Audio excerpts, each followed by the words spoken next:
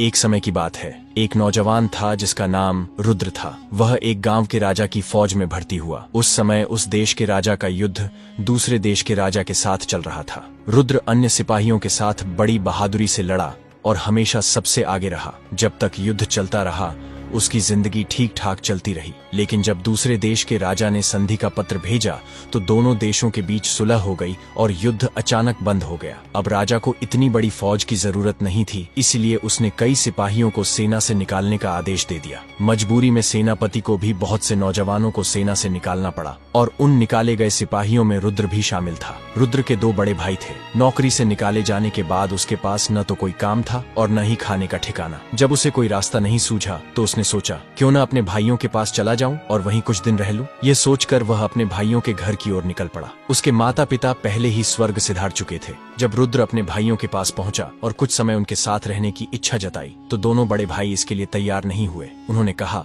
हमारा तो अपना ही खर्च बड़ी मुश्किल से चलता है, हम तुम्हें कैसे पाल सकते हैं। अब रुद्र के सामने गांव छोड़कर जाने के अलावा कोई और रास्ता नहीं था। आखिरकार दुखी मन से उसे वह गांव छोड़ना ही पड़ा। उसके पास केवल अपने हथियार थे जो उसे फौज में भर्ती होने पर मिले थे और फौज से निकालते समय उसे सौंप दिए गए थे। वह अपनी बंदूक कंधे पर लटकाए गांव से निकल पड़ा। चलते चलते वह ऐसी जगह पहुंचा जहां घने पेड़ों के अलावा और कुछ नहीं था। वह बहुत थक गया था, इसलिए एक घने पेड़ के नीचे आराम करने के लिए बैठ गया और अपने भाग्य के बारे में सोचने लगा। ना तो मेरे पास पैसा है और ना ही मुझ में कोई खास हुनर। अब मैं कौन सा काम खोजूं? शायद अब तो मुझे भूखा ही मरना पड़ेगा। उसी समय हवा का एक तेज झोंका आया। जब उसने चारों ओर देखा तो सामने एक अजनबी खड़ा दिखाई दिया जिसने काले रंग का बड़ा ही सुंदर चोगा पहन रखा था और शक्ल से बहुत विचित्र दिख रहा था, लेकिन उसके पैर घोड़े के पैरों जैसे थे। वह आदमी बोला, मुझे मालूम है तुम इस समय क्यों परेशान हो। मैं तुम्हें ढेर सारी दौलत दूंगा, पर उससे पहले मैं तुम्हारी परीक्षा लूंगा। कहीं तुम मेरी सारी दौलत बर्बाद तो नहीं कर दोगे? क्या तुम किसी से डरोगे तो नहीं? रुद्र गर्व से बोला, एक सिपाही और डर, ये दोनों बातें साथ साथ नहीं चलती। तुम मेरी परीक्षा लेकर देख सकते हो। अजनबी बोला, जरा तुम अपने पीछे मुड़कर देखो। रुद्र ने पीछे मुड़कर देखा तो पाया एक बड़ा रीछ उसकी ओर आता दिख रहा है। जैसे ही रुद्र पलटा, रीछ उस पर झपटा। रुद्र ने तुरंत अपनी बंदूक तानी और उस पर गोली चला दी। देखते ही देखते रीछ वहीं ढेर हो गया। यह सब देखकर वह आदमी बोला, अब मुझे यकीन हो गया कि तुम सचमुच एक बहादुर नौजवान हो, पर मेरी भी एक शर्त है जो तुम्हें पूरी करनी होगी। रुद्र बोला, अगर मेरी आत्मा इसकी अनुमति देगी तो मैं तुम्हारी शर्त जरूर मानूंगा। काले चोगे वाले आदमी ने कहा, मेरी शर्त यह है कि आने वाले 7 वर्षों में न तो तुम नहाओगे, न दाढ़ी या सिर के बाल कटवाओगे, न ही हाथ पैर के नाखून काटोगे और न ही ईश्वर की पूजा करोगे। मैं तुम्हें एक बड़ा सा चोगा दूंगा जिसकी जेब हमेशा धन से भरी रहेगी। वह चोगा तुम्हें 7 सालों तक पहनकर रखना होगा। अगर तुम इन 7 वर्षों के बीच ही मर जाते हो तो तुम्हारा शरीर मेरा हो जाएगा, लेकिन यदि तुम जीवित बच गए तो मैं तुम्हें अपनी शर्त से आजाद कर दूंगा और इतना धन दूंगा कि तुम सारी जिंदगी आराम से बिता सकोगे। रुद्र को अपना भविष्य पहले से ही अंधकारमय दिखाई दे रहा था। थोड़ी देर सोच विचार करने के बाद उसने उस अजनबी की सारी शर्तें मान ली। तभी उस अजनबी ने उस मरे हुए रीछ की खाल उतारी और रुद्र के हाथ में देते हुए बोला, आज से यही खाल तुम्हारा चोगा है और यही तुम्हारा बिस्तर। अब तुम किसी और बिस्तर पर नहीं सो सकते। उस अजनबी ने रुद्र को एक नया नाम भी दे दिया, रीछ की खाल वाला। इतना कहने के बाद वह अजनबी अचानक कहीं गायब हो गया। रुद्र ने जब रीछ की खाल अपने कंधे पर डाली तो वह एक चोगे के रूप में बदल गया और जब उसने चोगे की जेब में हाथ डाला तो देखा कि जेब में ढेर सारा पैसा भरा था। अजनबी की बात सच निकली थी। अब वह नौजवान सिपाही उस घने जंगल से बाहर निकला। मन ही मन उसने सोचा, अपनी मजबूरी के कारण मुझे उस शैतान की सारी शर्तें माननी पड़ी हैं। मैं ईश्वर की प्रार्थना भी नहीं कर सकता, पर इस धन से मैं गरीबों का भला तो कर सकता हूँ। भला इतने सारे धन का मुझे क्या काम। 1 साल किसी तरह बीत गया, लेकिन दूसरे साल की शुरुआत में ही उसके चेहरे पर दाढ़ी और सिर के बाल इतने बढ़ गए कि चेहरा ढक गया। हाथ पैरों के नाखून भी लंबे हो गए थे। महीनों न नहाने के कारण उसका शरीर मिट्टी और धूल से भर गया था। जो कोई उसे देखता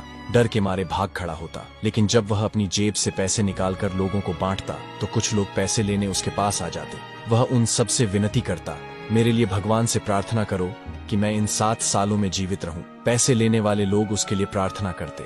जहां कहीं वह ठहरने की जगह ढूंढता वहां के मालिक डर के कारण उसे जगह देने से कतराते। किसी सराय में जाता तो मालिक दूर से ही भगा देते, लेकिन जब वह उन्हें ढेर सारा पैसा दिखाता तब कहीं जाकर उसे ठहरने के लिए कोई अलग थलग कमरा मिल जाता। इसी तरह धीरे धीरे 3 साल बीत गए और चौथा साल शुरू हुआ। अब उसकी शक्ल इतनी भयानक हो गई थी कि पहचानना मुश्किल हो गया कि वह कोई इंसान है या दो पैरों पर चलने वाला कोई जंगली प्राणी। उसके पूरे शरीर पर रीछ की खाल जैसी बालों की परत जम गई थी। चौथे साल एक दिन वह एक सराय में कुछ दिन ठहरने पहुंचा, लेकिन सराय के मालिक को केवल उसकी आवाज सुनाई दी, चेहरा नहीं। उसके शरीर से ऐसी दुर्गंध आ रही थी कि सराय का मालिक उसके पास खड़ा भी नहीं रह पाया।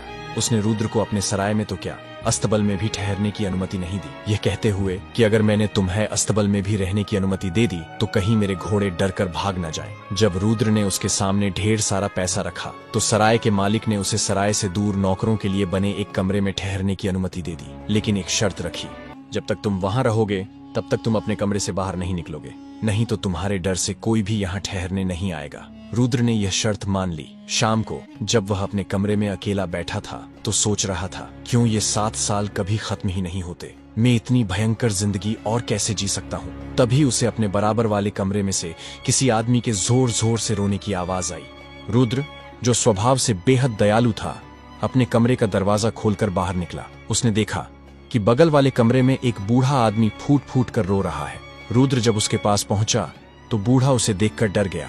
वह उस समय पूरी तरह रीछ की तरह दिख रहा था और उसकी शक्ल सूरत डरावनी लग रही थी। लेकिन जब उसने नरम और मधुर आवाज में पूछा, बाबा आप क्यों रो रहे हैं, तो बूढ़े का डर थोड़ा कम हुआ। बूढ़े ने दुखी आवाज में कहा, मैं सब कुछ जुए में हार चुका हूँ, अब मेरे पास एक पैसा भी नहीं बचा, मैं इस सराय का किराया भी नहीं चुका सकता, सराय का मालिक मुझे जरूर जेल भिजवा देगा। रुद्र ने मुस्कुराते हुए कहा, आप चिंता न करें, मेरे पास बहुत सारा धन है। यह कहकर उसने अपनी खाल की जेबों से ढेर सारा पैसा निकाला और बूढ़े के सामने रख दिया। फिर बोला, अब आपको रोने और दुखी होने की कोई जरूरत नहीं है, इससे आप सराय का किराया चुका सकते हैं। इतना ही नहीं, रुद्र ने बूढ़े को अपने घर ले जाने के लिए और भी धन दे दिया। बूढ़ा उसकी दरिया दिली से बहुत प्रभावित हुआ और कृतज्ञता से बोला, बेटा मैं तुम्हारे इस उपकार के बदले में अपनी किसी भी एक बेटी का विवाह तुमसे करना चाहता हूँ। तुम मेरे साथ मेरे घर चलो और अपनी इच्छा से कोई भी लड़की चुन लो। पहले तो रुद्र ने संकोच किया, क्योंकि उसे यकीन था कि उसकी डरावनी शक्ल देखकर कोई भी लड़की उससे विवाह नहीं करना चाहेगी। परंतु बूढ़े के आग्रह पर वह उसके घर चलने के लिए तैयार हो गया। सुबह होते ही जब वे घर पहुंचे तो बूढ़े ने अपनी तीनों बेटियों को बुलाकर सारा किस्सा सुनाया और अपना निर्णय सुनाया। दोनों बड़ी बेटियों ने जैसे ही रुद्र को देखा, डर के मारे चीखती हुई बाहर भाग गईं और अपने पिता की बात को मानने से साफ इनकार कर दिया। फिर बूढ़े ने अपनी सबसे छोटी बेटी को बुलाया। वह रुद्र से विवाह करने को तैयार हो गई। उसने सोचा, जिसने मेरे पिता को जेल जाने से बचाया और इतना धन दिया, वह जरूर कोई नेक इंसान होगा, ऐसा काम कोई बुरा व्यक्ति नहीं कर सकता। रुद्र ने अपनी अंगूठी उतारकर उस लड़की को दे दी और उसकी अंगूठी खुद पहन ली। फिर बोला, मैं अभी तुमसे विवाह नहीं कर सकता, क्योंकि मुझे इस हालत में अभी 3 साल और बिताने हैं। अगर मैं इन 3 सालों में मर गया तो तुम आजाद हो, पर अगर मैं जीवित रहा तो मैं जरूर लौट कर आऊंगा और तुमसे विवाह करूंगा। बस तुम मेरे लिए भगवान से प्रार्थना करती रहना। यह कहकर रुद्र वहां से चला गया। उस भोली लड़की ने उसी दिन से रुद्र को अपना पति मान लिया और तय किया कि जब तक वह लौट कर नहीं आता वह काले कपड़े ही पहनेगी। उसकी दोनों बड़ी बहनें उसका मजाक उड़ाती और कहती, तू कितनी भोली है, वह कोई इंसान नहीं, 2 पैरों वाला रीछ है, वह तुझे एक दिन मार डालेगा।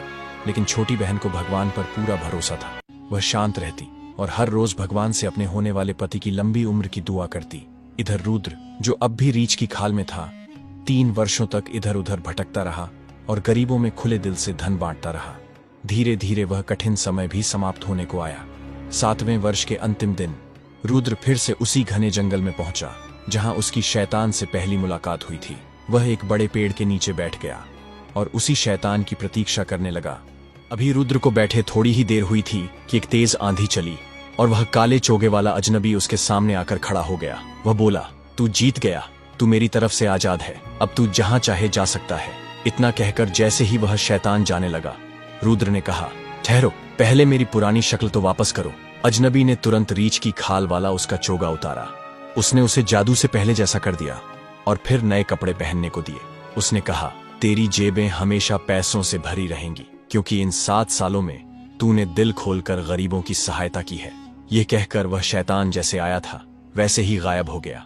अब वह नौजवान सुंदर कपड़ों में एक राजकुमार जैसा लग रहा था। उसे उस लड़की की याद आई जिससे 3 साल पहले उसने विवाह का वादा किया था। उसने लड़की की दी हुई अंगूठी अपनी जेब में रखी और 4 घोड़ों वाली बग्घी में बैठकर उस बूढ़े के घर की ओर चल पड़ा।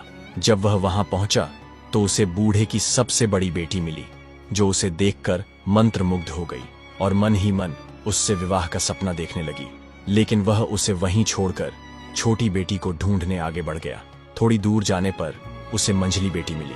वह भी उसे देखकर आकर्षित हुई और विवाह के बारे में सोचने लगी, पर नौजवान बिना कुछ बोले आगे बढ़ गया। अंततः वह एक छोटे से कमरे में पहुंचा, जहां उसकी होने वाली पत्नी काले कपड़े पहनकर ईश्वर की पूजा कर रही थी। वह चुपचाप उसके पास गया और उसकी अंगूठी उसके सामने रख दी।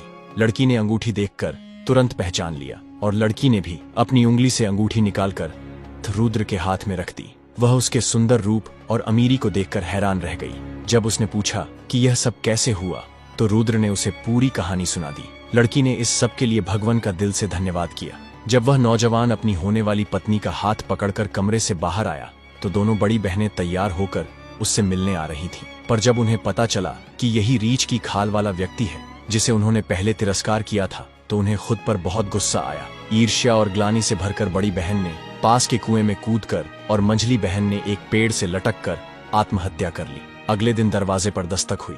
रुद्र ने दरवाजा खोला तो देखा वही काले चोगे वाला शैतान खड़ा था। उसने कहा, देख, तेरी एक जान के बदले मैंने 2 जानें ले ली। ये दोनों लड़कियां ईर्ष्या और नफरत की आग में खुद ही जल गईं, लेकिन तू अपने साहस, दया और धैर्य के कारण इस आग से बच गया। इतना कहकर वह शैतान फिर से गायब हो गया। तो दोस्तों, इस कहानी का निष्कर्ष आप कमेंट सेक्शन में लिखकर बताएं